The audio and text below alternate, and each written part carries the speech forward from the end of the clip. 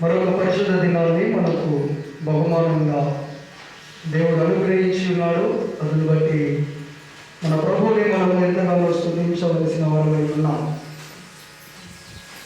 ఈ దినాన్ని దేవుడు మనకి ఇచ్చాడు అంటే మనం మంచివారు అని కాదు, కానీ దేవుడు మంచివాడు. తన దయాన్ని బట్టి, తన కృపను బట్టి, తన ప్రేమను బట్టి మరొక పరిశుద్ధ దినాన్ని దేవుడు మనకు అనుగ్రహించి ఉన్నాడు. అందుని బట్టి మనం ఎంతగానో దేవుడిని స్తుతించాలి. దేవుడు మన కొరకు రాయించి ఇచ్చిన పరిశుద్ధ గ్రంథంలో నుండి మనం ఆరాధన తలంపులను మనం జ్ఞాపకం చేసుకుందాం. అపోస్తలుడైన పౌలు ఫిలిప్పీయులకు రాసిన పత్రిక 2వ అధ్యాయము 5వ వచనం జ్ఞాపకం చేసుకుందాం. ఫిలిప్పీయులకు రాసిన పత్రిక 2వ అధ్యాయము 5వ వచనం ఇలాగూ రాయబడి ఉన్నది: క్రీస్తు యేసునకు కలిగిన ఈ మనస్సును మీరును కలిగి ఉండుడి. మరొకసారి నేను జ్ఞాపకం చేస్తున్నాను. క్రొత్త నిబంధనలో ఫిలిప్పీయులకు రాసిన పత్రిక 2వ అధ్యాయము 5వ వచనం, పేజీ నెంబర్ 179, 2వ అధ్యాయం 5వ వచనం. క్రీస్తు యేసునకు కలిగిన ఈ మనస్సు మీరును కలిగి ఉండుడి. మన ప్రభు అయిన యేసుక్రీస్తు ప్రభు యొక్క మనసును గురించి అపోస్తలుడైన పౌలు ప్రస్తావిస్తూ ఉన్నాడు కదా. ఆయన మనస్సు ఎలాంటిదో కింది వచనంలో జ్ఞాపకం చేస్తూ ఉన్నాడు. నిజంగా ఆయన మనస్సు గురించి మనం ఆలోచన చేయాలంటే అది అంత చిక్కాలి. ఆయన మనస్సు గురించి వివరించాలన్నా మనమంత అర్హులం కాదు. నేనైతే అర్హుని కాదు. ఆయన ఎంతో గొప్పవాడు. ఆయన కదా, ఆయన మనస్సు ఎంతో గొప్పది. కింది వచనంలో ఆయన మనస్సు గురించి వివరిస్తున్నాడు పౌలు. చూడండి, 6వ వచనంలో ఆయన దేవుని స్వరూపం కలిగిన వాడై ఉండి దేవునితో సమానంగా ఉండుట విడిచిపెట్టకూడని భాగ్యం అని ఎంచుకొనలేదు. మనుషుల పోలికగా పుట్టి దాసుని స్వరూపం ధరించుకొని తను తానే రిక్తునిగా చేసుకున్నాడు. ఎంత గొప్ప మనసు చూడండి. పౌలు ప్రస్తావిస్తున్నాడు, ఆయన దేవుడైంది కూడా మానవునిగా వచ్చాడు. ఆయన ధనవంతుడైంది కూడా మీ నిమిత్తం దరిద్రుడైను, తను తాను రిక్తుడిగా చేసుకున్నాను అని ఆయన మనసుల గురించి రాస్తూ ఉన్నాడు. కీర్తనకారుడు కూడా ఆయన మనసు ఎలాంటిదో జ్ఞాపకం చేస్తూ ఉన్నాడు. చూడండి, కీర్తన గ్రంథం చదవండి, 86వ అధ్యాయము 5వ వచనం. కీర్తన గ్రంథం 86వ అధ్యాయము 5వ వచనం చదువుతారా? 86వ అధ్యాయము 5వ వచనం. ప్రభువా, నీవు దయాళుడవు, క్షమించుటకు సిద్ధ మనస్సు గలవాడు. ఆయన మనసు ఇలాంటిదంట. ఒకటి చూస్తున్నాం, ఒక చిన్న చూస్తున్నాం కదా. ఆయన మనసు గురించి చాలా విషయాలు ఉన్నాయి కదా. ఆయన మనసు ఎలాంటిదంట కీర్తనకారుడు చెప్తూ ఉన్నాడు, ప్రభువా నీవు దయాళుడవు, క్షమించుటకు సిద్ధ మనస్సు గలవాడవు. ఎలాంటి మనసు అయ్యాడు? క్షమించుటకు సిద్ధ మనస్సు గలవాడు. ఆయన క్షమించుటకు సిద్ధ మనస్సు గలవాడు. పేతురు మొదటి పత్రిక 2వ అధ్యాయం 1వ వచనం చూడండి. పేతురు రాసిన మొదటి పత్రిక 2వ అధ్యాయం 1వ వచనం గమనిస్తారా?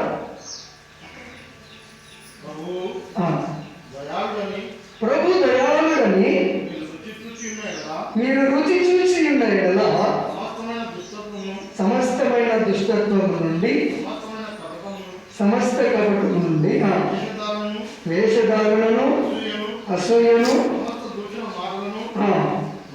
మాని కృతజ్ఞతగా జన్మించిన శిశువులను పోలిన వారై నిర్మలమైన వాక్యమైన బాల వలన రక్షణ విషయంలో ఎదుగు నిమిత్తం ఆ బాలను ఆపేక్షించాడు.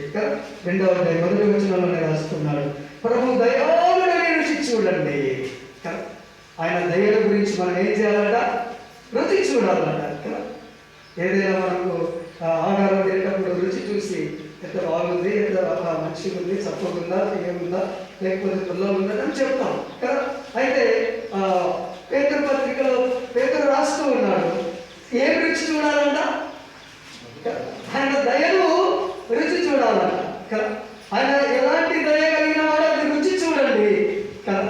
రుచి చూశాను, మీరు కూడా రుచి చూడండి, ఆయన ఎంత దయగలవాడో నీకు కూడా అర్థమవుతుంది అని పేతురు రాసుకున్నాడు.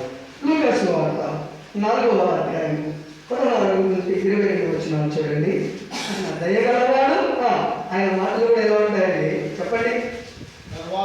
ఆయన దయగలవాడు, ఆయన మాటలు కూడా ఎలా ఉంటాయో చూడండి. లూకా సువార్త 4వ అధ్యాయము 16వ వచనం నుండి 22 వచనాలు గమనించండి. తర్వాత ఆయన తాను పెరిగిన నజరేతుకు వచ్చెను, తన వాడుక చొప్పున విశ్రాంతి దినమందు సమాజ మందిరంలోనికి వెళ్ళి చదువుటకై నిలుచుండగా ప్రవక్త అయిన యెషయా గ్రంథాన్ని చదువుతున్నాడు. ఆ వచనాన్ని అలా చూడండి. 21వ వచనం, 21, 22. ఆయన గ్రంథము చుట్టి పరిచారకులుగా ఇచ్చి కూర్చుండెను. సమాజ మందిరంలో ఉన్న వారందరూ ఆయనను తేరి చూడగా ఆయన నేడు మీ వినికిడిలో ఈ లేఖనాలు నెరవేరినని వారితో చెప్పసాగను. 22వ వచనం గమనించాలి.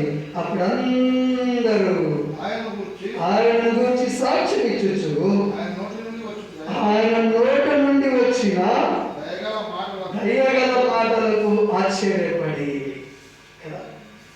ఇలాంటి వాడు దయగలిగిన వాడు అని కీర్తనకారు రాస్తూ ఉన్నాడు. పేతురు పత్రికలో చూస్తూ ఉన్నాం. ఆయన దయను రుచి చూడండి, కదా.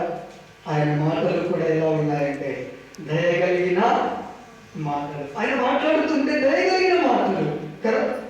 చూడండి, ఆయన పై వచనాల్లో ఆయన అంటున్నాడు, గుడ్డివారికి విడుదల అని ప్రకటిస్తున్నాడు కదా. చెరలో ఉన్న వారికి విడుదల అని ప్రకటిస్తూ ఉన్నాడు. యెషయా గ్రంథంలో ఉన్నటువంటి తనను గురించిన ప్రవచనాన్ని ఎత్తి రాస్తూ వారికి విడుదల గురించి ఆ విషయాలు ప్రస్తావిస్తూ ఉన్నాడు. ఆయన మాట్లాడుతూ ఉంటే ఆ మాటలు వింటుంటున్న వారికి అందరికీ అవి ఆశ్చర్యం అనిపించాయి. ఎందుకంటే ఆయన మాటలు దయగలిగిన మాటలు అని మనం చూస్తూ ఉన్నాం. కీర్తన గ్రంథం 30వ అధ్యాయము 5వ వచనం. కీర్తన గ్రంథం 30వ అధ్యాయము 5వ వచనం చూడండి. 30వ అధ్యాయం 5వ వచనం. ఆయన కోపము నిమిషం మాత్రమే ఉండును, ఆయన దయ ఆయుష్కాలమంతా నిలుచును కదా. ఆయన కోపం ఎంతవరకు అంట? మన బలహీనతను బట్టి కదా. ఒక్కొక్కసారి మనము ఆయన అవిధేయత చూపించినప్పుడు, మనం అవిశ్వాసంలోనికి వెళ్ళినప్పుడు కదా, మనము ఆయనకు దూరమైనప్పుడు ఆయన కోపడతాడు కదా. అయితే ఆయన కోపం ఎలాంటిది? ఆయన కోపము నిమిషం మాత్రమే ఉండును, ఆయన దయ ఆయుష్కాలమంతా నిలుచును. ఒక మాటలో చెప్పాలంటే ఆయన దయనే నన్ను ఇక్కడ నిలబెట్టింది, ఆయన దయనే మిమ్మల్ని ఇక్కడ సజీవ లెక్కలు మనం అందరినీ ఉంచింది. ఆయన కోపం నిమిషమే, ఆయన దయ ఆయుష్కాలం అంతా నిలుచును. ఇంత దయగలిగిన వాడిని మనం ఏం చేయాలి? ఇంత దయగలిగిన ప్రభు, ఆయుష్కాలం అంతా దయనిస్తున్నటువంటి ప్రభును మనం ఏం చేయాలి? ఆయన దయను బట్టి దినవృత్తాంతంలో మొదటి గ్రంథం 16వ అధ్యాయం 34వ వచనం వరుసగా కొన్ని చూద్దాం చూడండి. దినవృత్తాంతంలో మొదటి గ్రంథం 16వ అధ్యాయం 34వ వచనం గమనిస్తారా? నోట్ చేసుకోండి. దినవృత్తాంతంలో మొదటి గ్రంథం 16వ అధ్యాయం 34వ వచనం. యెహోవా దయాళుడు, ఆయన కృప నిరంతరం ఉండును, ఆయనను స్తుతించుడి కదా. ఆయన దయాళుడు, ఆయన దయను బట్టి మనం ఏం చేయాలి? చెప్పాలి. మొదటిగా మనం ఏం చేయాలి? ఆయన దయను బట్టి మనము స్తుతించాలి. గుర్తుపెట్టుకునే విషయాన్ని, ప్రభువా నీకు దయాళుడు, అందుకు మేము నిన్ను స్తుతిస్తున్నాం. రెండవదిగా జ్ఞాపకం చేసుకున్నాం. దినవృత్తాంతంలో 2వ గ్రంథం 5వ అధ్యాయం 13వ వచనం. దినవృత్తాంతంలో 2వ గ్రంథం 5వ అధ్యాయము 13వ వచనం చూడండి. 5వ అధ్యాయం 13వ వచనం. వారితో కూడా బూరలు ఊదు యాజకులు 120 మంది నిలిచి, బూరలు ఊదు వారును పాఠకులను ఏక స్వరముతో యెహోవాకు కృతజ్ఞతాస్తుతులు చెల్లించుచు గానము చేయగా యాజకులు పరిశుద్ధ స్థలములో నుండి బయలు వెళ్ళి ఆ బూరతోను తాళముతోను వాద్యములతోను కలిసి స్వరమెత్తి యెహోవా దయాళుడు, ఆయన కృప నిరంతరముండునని స్తోత్రము చేసి ఏం చేశారు? ఆయన దయాళుడు అని ఏం చేశారు చెప్పండి? స్తోత్రము చేసి స్తుతిస్తూ ఉన్నారు, స్తోత్రము చేస్తూ ఉన్నారు. ఆరాధనకు వచ్చినటువంటి మనము ఆయన దయను బట్టి మనం ఏం చేయాలి? ఆయనను స్తుతించాలి.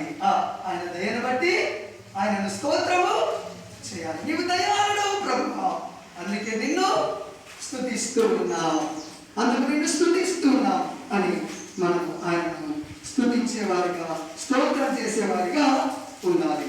మూడోది కూడా జ్ఞాపకం చేసుకుందాం. దినవృత్తాంతములు 2వ గ్రంథం 7వ అధ్యాయము 4వ వచనం. దినవృత్తాంతములు 2వ గ్రంథం 7వ అధ్యాయము 4వ వచనం చదువుతారా? లేకపోతే 3వ వచనం జ్ఞాపకం చేసుకుందాం. 3వ వచనం.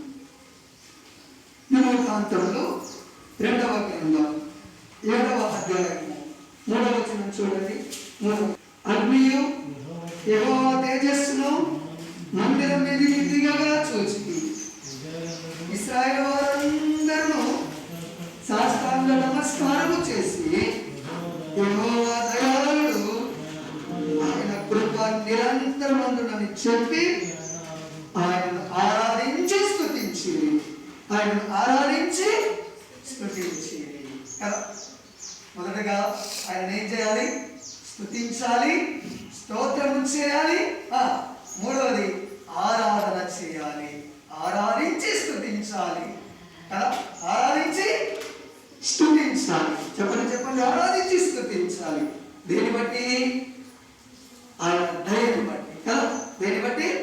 ఆయన దయను బట్టి. అయ్యా నీవు దయాళుడవు, నీ కృప నిరంతరముండునని చెప్పి ఆయనను స్తుతించి ఆరాధించి స్తుతించి. 4వ చూద్దాం చూడండి. కీర్తన గ్రంథం 7వ అధ్యాయము 1వ వచనం. కీర్తన గ్రంథం 7వ అధ్యాయము 1వ వచనం చూడండి. 107వ అధ్యాయము.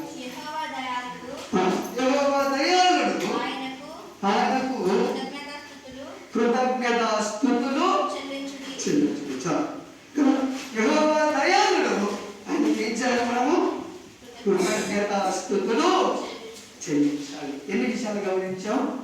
4 విషయాలు గమనించాం కదా. ఒకసారి నేను చెప్తాను, గుర్తుపెట్టుకోండి.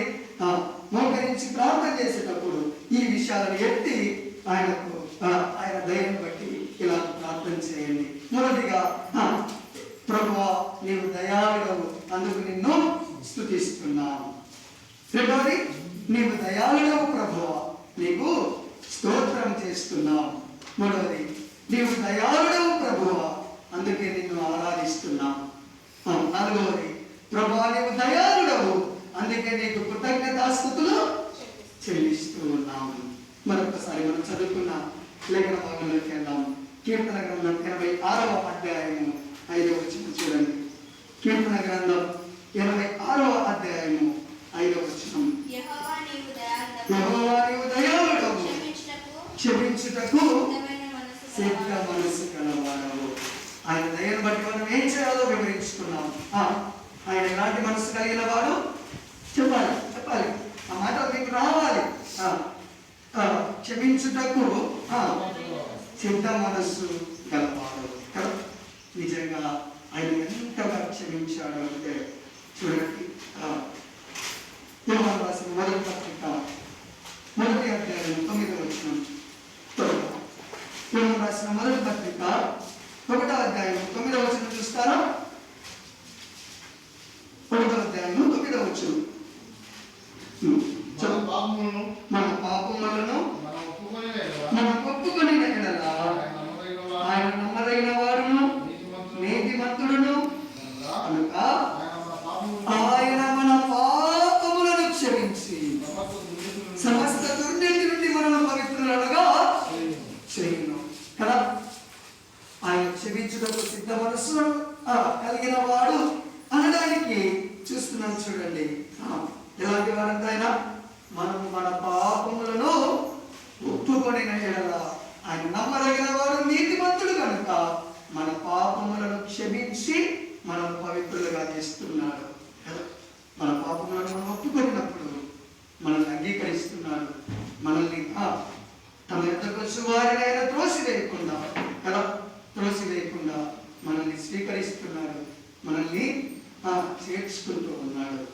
అందుకే ఆయన మన పాపములను క్షమించి సమస్త దుర్నీతి నుండి మనలను పవిత్రులుగా చేస్తూ ఉన్నాడు. లూకాసు వార్త 7వ అధ్యాయం 36 నుండి 50 వచనాలు మీరు గమనిస్తే అక్కడ ఒక పాపాత్మురాలైన స్త్రీ కనపడుతుంది మీకు కదా. ఆమె పేరేంటి కదా? చెప్పండి, ఆమె పేరేంటి? పాపాత్మురాలైన స్త్రీ కదా. ఆమె పేరు చూడండి ఇలా ప్రస్తావించాడు. లూకాసు వార్త 7వ అధ్యాయము 36 నుండి మేము 50 వచనాల్లో ఆ సందర్భాన్ని జ్ఞాపకం చేసుకోవచ్చు. చాలు నేను వివరిస్తాను. లూకాసు వార్త 7వ అధ్యాయంలో 36 నుండి 50 వచనాల్లో ఒక పాపాత్మురాలైన స్త్రీ ప్రభు పాదాల దగ్గర కదా క్షమించమని అత్తరు తీసుకొని వచ్చి తను యేసు పాదాల దగ్గర ఆ పాదాలను తుడుస్తూ ఉండగా 47వ వచనం చూడండి. 46-47 నీవు నీకు నక్కలంటలేదు కానీ ఆమె విస్తారంగా ప్రేమించను కనుక ఆమె యొక్క విస్తారమైన పాపములు క్షమించబడి ఉన్నామని విస్తారంగా పాపం చేస్తుందంట కదా. 1 కాదు 2 కాదు కదా, విస్తారంగా రాయబడింది. మరి అందుకే ఆమెకు ఉన్నటువంటి పేరు పాపాత్మురాలైన స్త్రీ. ఆమె బలహీనతను బట్టి ఆ పేరు రాశాడు. ఆమె పాపాత్మురాలు, ఆమె విస్తారమైన పాపములు చేసింది. అయితే ప్రభు కూడా విస్తారంగా ఆమెను క్షమించాడు. ఇప్పుడు చెప్పండి, ప్రభు వారిని దయాళుడు, క్షమించుటకు సిద్ధ మనసు గల. పాపాత్మురాలైన స్త్రీని క్షమించినప్పుడు ఎలాంటి వాడు? సిద్ధ మనస్సు కలిగిన వాడు కదా. పాపాత్మురాలైన స్త్రీ ఈనాడు మనం కూడా వాడిని ఒకటే. ఒకప్పుడు మన స్థితి కూడా అంతే కదా. మీరు పాపముల చేత అపరాధముల చేత చచ్చిన వారై ఉండగా కదా, చచ్చిన వారమై ఉండగా అయ్యను అంటాడు, అయ్యా నా దోష శిక్ష భరించలేనంత గొప్పది. కీర్తనకారుడు అంటాడు, నా కుళ్ళు నా పాపాన్ని బట్టి నా ఎముకలు నా శరీరము వాసన దుర్వాసన కదా. అంత పాపాత్మలం అండి మనం కదా, అంత పాపంతో ఉన్నటువంటి వారికి. అయితే ప్రభు మనల్ని విస్తారంగా క్షమించాడు. ఆ పాపాత్మలైన స్త్రీని క్షమించిన ప్రకారం మనల్ని క్షమించాడు. యోనా గ్రంథంలోకి మనం వెళ్తే అక్కడ కూడా కదా ప్రభు వారి మీద రావాల్సిన కీడును తప్పించి కదా వారి మీద పశ్చాత్తాపడ్డాడు కదా. అది ఘోరమైన పట్టణం అని రాయబడి ఉన్నది కదా. అది ఘోరమైన పట్టణం. ఆయనను ప్రభు వారు మోకరించినప్పుడు మీకు ఒక విషయం తెలుసు, అక్కడ పశువులు మొదలుకొని చిన్నపిల్లలు మొదలుకొని కదా రాజుతో సహా రాజు తన సింహాసనాన్ని దిగి బూడిదలో కూర్చొని గోడిపట్ట ధరించుకొని తన రాజ్యం కొరకు ప్రభువా మేము పాపాత్ములమని వేడుకున్నారు. తన రాజ్యాన్ని కాపాడుతున్నారండి కదా. పశువులు సైతం ఏ కట్టలేదు, చిన్నపిల్లలకు సైతం కదా తల్లులు పాల్గొనేవ్వలేదు. అంతగా ప్రభువును వేడుకున్నారు. ప్రభు పశ్చాత్తాపడగా ఆయన దయాళుడు, క్షమించుటకు సిద్ధ మనసు కలిగిన వారికి రావాల్సిన కీడును కదా ఆయన తీసివేసి ఆయన వారిని పశ్చాత్తాప పడ్డాడు. మార్కు సువార్త 2వ అధ్యాయం 1-5 వచనాల్లో అక్కడ ఒక పక్షవాయు కలిగినటువంటి వ్యక్తి మనకు కనబడతాడు. అతనికి అంటాడు ప్రభు, నీ పాపములు క్షమించబడి ఉన్నాయి. అతడు రోగంతో వచ్చాడు, పక్షవాతంతో. కానీ ప్రభు ఏమన్నాడు? నీ పాపములు నీకు మొదటగా శరీర స్వస్థత కాదు, ఏం కావాలి? మొట్టమొదటగా నీ పాపము క్షమించబడాలి అని అతని పాపములు క్షమించాడు. అతని పాపములు క్షమించి అతని బాగు చేశాడు కదా. ప్రభు దయాళుడు, ఆయన క్షమించడానికి సిద్ధ మనసు కలిగిన వాడు కదా. చివరిగా రెండవ మనం జ్ఞాపకం చేసుకున్నాం. సిలువలో వేలాడుతూ కూడా కదా పొంగి వేశారు, పిడిగుద్దులు గుద్దారు, తలపై ముళ్ళ కిరీటం పెట్టారు కదా. యూదుల రాజు నీవే కదా, నిన్ను నీవు రక్షించుకొని మమ్మల్ని కూడా రక్షించుకో కదా, మమ్మల్ని కూడా రక్షించు, యూదుల రాజు నీవు కదా, దిగిరా కిందికి అన్నారు కదా, నువ్వు రక్షించుకో అన్నారు కదా. ఉమ్మి వేసేవారు ఉమ్మి వేస్తూ ఉన్నారు, ఏమని చేసేవారు ఏమని చేస్తూ ఉన్నారు, అవమానపరిచేవారు అవమానపరుస్తూ ఉన్నారు. కానీ ప్రభు నోట వచ్చిన మాట ఏంటో తెలుసా కదా, ఆయన మాట ఏంటో తెలుసా, ఆయన నోట నుండి వచ్చిన మాట ఏంటో తెలుసా. లూకాసు వార్త 23వ అధ్యాయము 34వ వచనం. లూకాసు వార్త 23వ అధ్యాయము 34వ వచనం. యేసు తండ్రి వీరేమి చేయించున్నారో వీరు ఎరగగా వీరిని క్షమించు, ఉమ్మివేస్తున్నారయ్యా క్షమించు, పిడిగుద్దులు గుద్దారయ్యా క్షమించు కదా. ఉమ్మి వేసినా గాని ఊరా కొంటివా ప్రభువా, ఉమ్మి వేసినా గాని ఊరా కొంటివా ప్రభువా, నమ్మిన వేళ నా ఉమ్మి లేదని చూపా, నమ్మిన వేళ నా ఉమ్మి లేదని చూపా, బలి అయితివా నా కొరకై యేసు కలువారి కలుషాను భరింపా, బలి అయితివా నా కొరకై. అందులో చక్కగా పాటలు వివరిస్తారు కదా. భక్తులు కాళ్ళు చేతులు చిలువకు కట్టిన కదా, నమ్మిన వేళ తండ్రి వీరేం చేయించున్నారో వీరు ఎరగలిగారు వీరిని క్షమించు అని ప్రభు పలికారండి.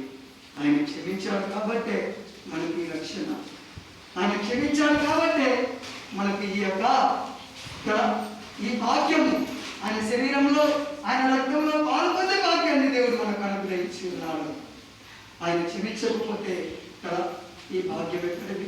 నాకు నీకు మనందరికీ ఈ భాగ్యం ఎక్కడిదండి కదా. ప్రభు దయాళుడు, క్షమించినప్పుడు సిద్ధ మనసు కలిగిన వాడు, మనకు వారిని క్షమించాడు కదా. ఈనాడు మనల్ని కూడా క్షమించాడు. పాపముల చేత అపరాధముల చేత మనం చచ్చి ఉండగా మన పాపములను మనం ఒప్పుకొని లేదా ఆయన మనల్ని క్షమించాడు. సమస్త దుర్నీతి నుండి మనల్ని విడిపించి పవిత్రులుగా చేశాడు. ఆయన సన్నిధిలో పరిశుద్ధులుగా, నిర్దోషులుగా, నిరపరాధులుగా నిలబెట్టుకొని ఆయన నూతన భాగ్యాన్ని ప్రభు మనకి ఇచ్చి ఆయన కొనియాడ భాగ్యాన్ని ప్రభు మనకు అనుగ్రహించాడు. కాబట్టి ఆయన దయ బట్టి మనం స్తుతిద్దాం, స్తోత్రం చేద్దాం, ఆరాధన చేద్దాం, కృతజ్ఞతాస్తుతులు చెల్లిద్దాం. దేవుడి కొద్ది మాటలు దీవించి